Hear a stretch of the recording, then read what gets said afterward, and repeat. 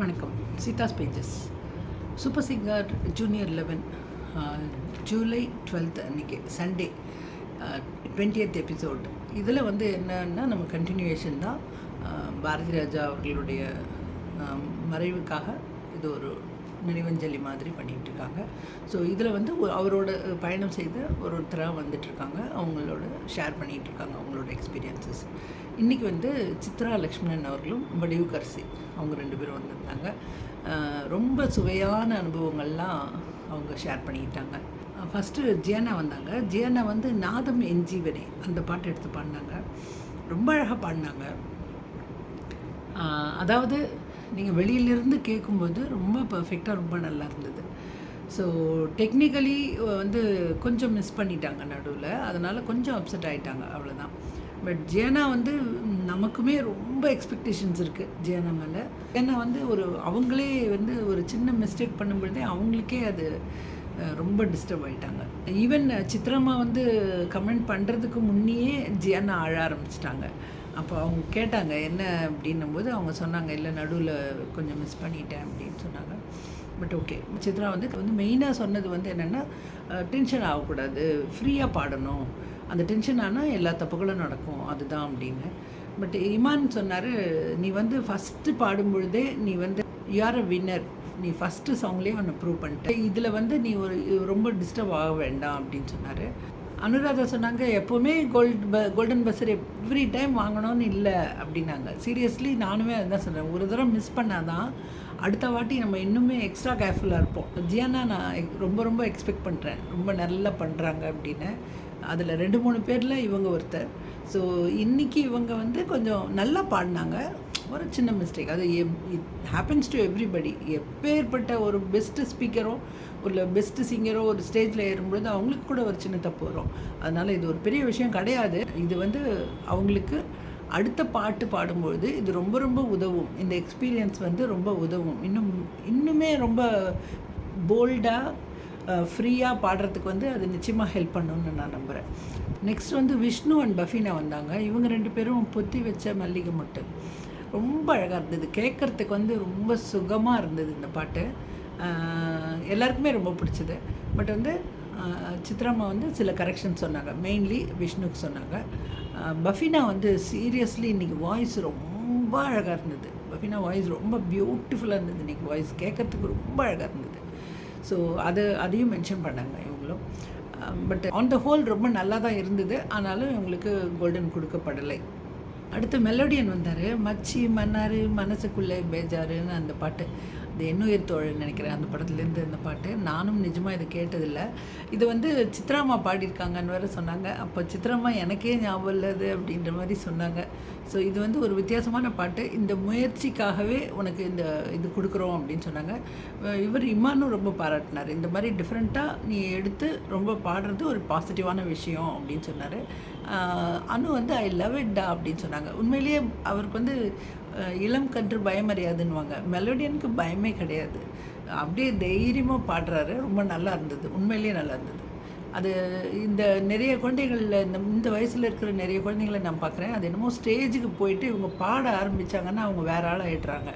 அதுக்கப்புறமா தான் அவங்க இன்னசென்ஸ் தெரியும். ஆனால் பாட்டு பாடுற வரைக்கும் ரொம்ப பெரிய ஒரு ப்ரொஃபஷ்னலாக தான் பாடுறாங்க. இவரும் இன்றைக்கி ரொம்ப நல்லா பாடினார்.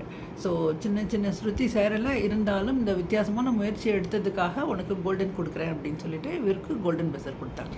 அடுத்தது தீபவர்ஷனா வந்தாங்க. இவங்க செந்தூர பூவே ரொம்ப கஷ்டமான பாட்டு, இது ரொம்ப ஹை பிச்சில் ரொம்ப கஷ்டமான பாட்டு இது.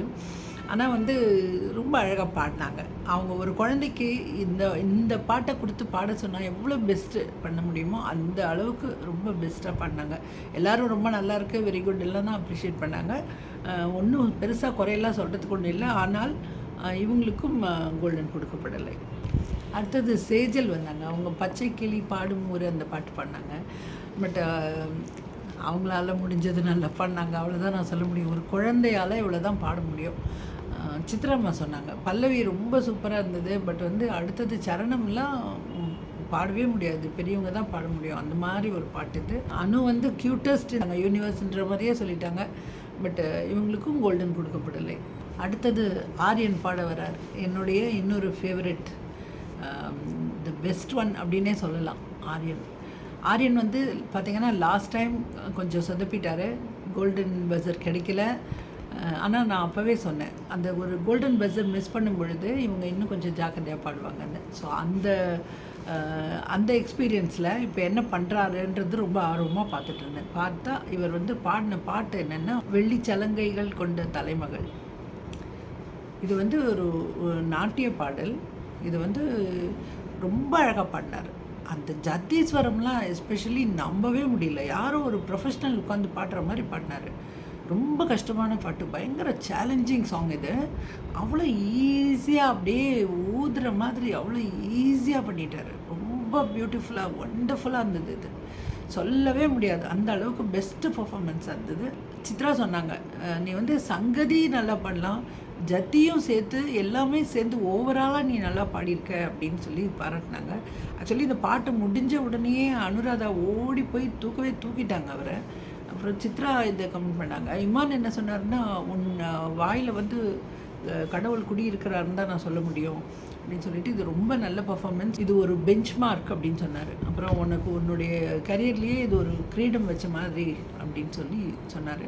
ஸோ வடிவுகர் சினிமாவை கூப்பிட்டாங்க கோல்ட் காயின் கொடுக்கறதுக்கு. இவர் கோல்டன் பஸர் கொடுத்தாங்க, கோல்ட் காயின் கொடுக்கறதுக்கு அவங்கள கூப்பிட்டாங்க. அவங்களுமே கட்டி பிடிச்சிட்டு அவங்களுமே தொடர்ந்து சூப்பர் சிங்கர் ஜூனியர் பார்த்துட்ருக்காங்கன்னு சொன்னாங்க. அது நல்லா தெரிஞ்சுது. எல்லாரையுமே பேர் சொல்லி எல்லாருக்குமே என்னென்ன குணாதிசயம் இருக்குன்றதை வச்சு பேசுகிறாங்க அவங்க. அந்த அளவுக்கு அவங்க ஃபாலோ பண்ணிகிட்ருக்காங்கன்னு தெரியுது. ஸோ அவங்களும் ஆரியனை ரொம்ப கட்டி பிடிச்சி ரொம்ப பாராட்டினாங்க. ஸோ ஆரியன் இந்த வாட்டி கோல்டன் பஸர் திருப்பியும் வாங்கி விட்டார். அடுத்தது சர்வேஷன் ஸ்ரீநிதி வந்தாங்க. இது கண்ணுக்குள் 100 நிலவு இது ஒரு கனவா, அந்த பாட்டு. சர்வேஷ் நமக்கு தெரியும், எல்லாமே பர்ஃபெக்டாக பாடிடுவார் அவர். இன்றைக்கி ஸ்ரீநிதியும் ரொம்ப அழகாக பாடினாங்க. சர்வேஷுக்கு ஈக்குவலாக அவங்களுமே ரொம்ப பியூட்டிஃபுல்லாக பாடினாங்க. ஸோ இவங்களுக்கும் கோல்டன் பஸர் கொடுக்கப்பட்டது. இன்றைக்கி ரொம்ப பாராட்டி சொன்னாங்க, ரொம்ப நல்லா இருந்ததுன்னு சொன்னாங்க. ஸோ இது முடிஞ்சுட்டு இன்றைக்கி வந்து 3 பரிசுகள் கொடுக்க வேண்டியது. மில்கி மிஸ்ட் வந்து ஸ்ரவணாக்கு கொடுத்தாங்க. இண்டிகஸ் வந்து ஸ்ரீநிதிக்கு ஹெட்ஃபோன்ஸ் கிடச்சிது.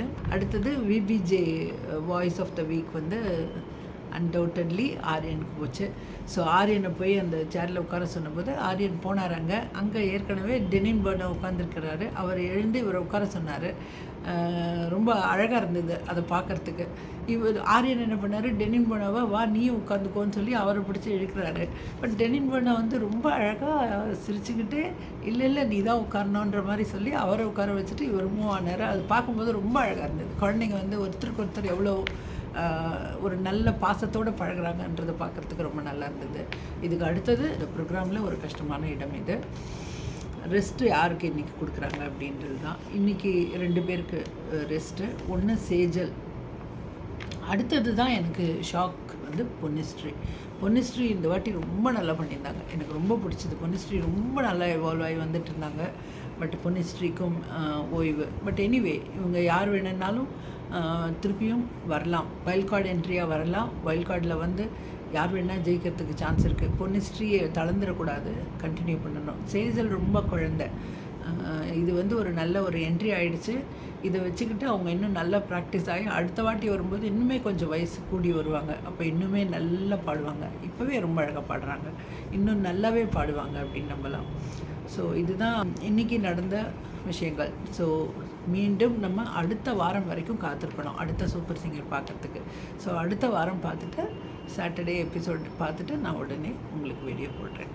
நன்றி, வணக்கம்.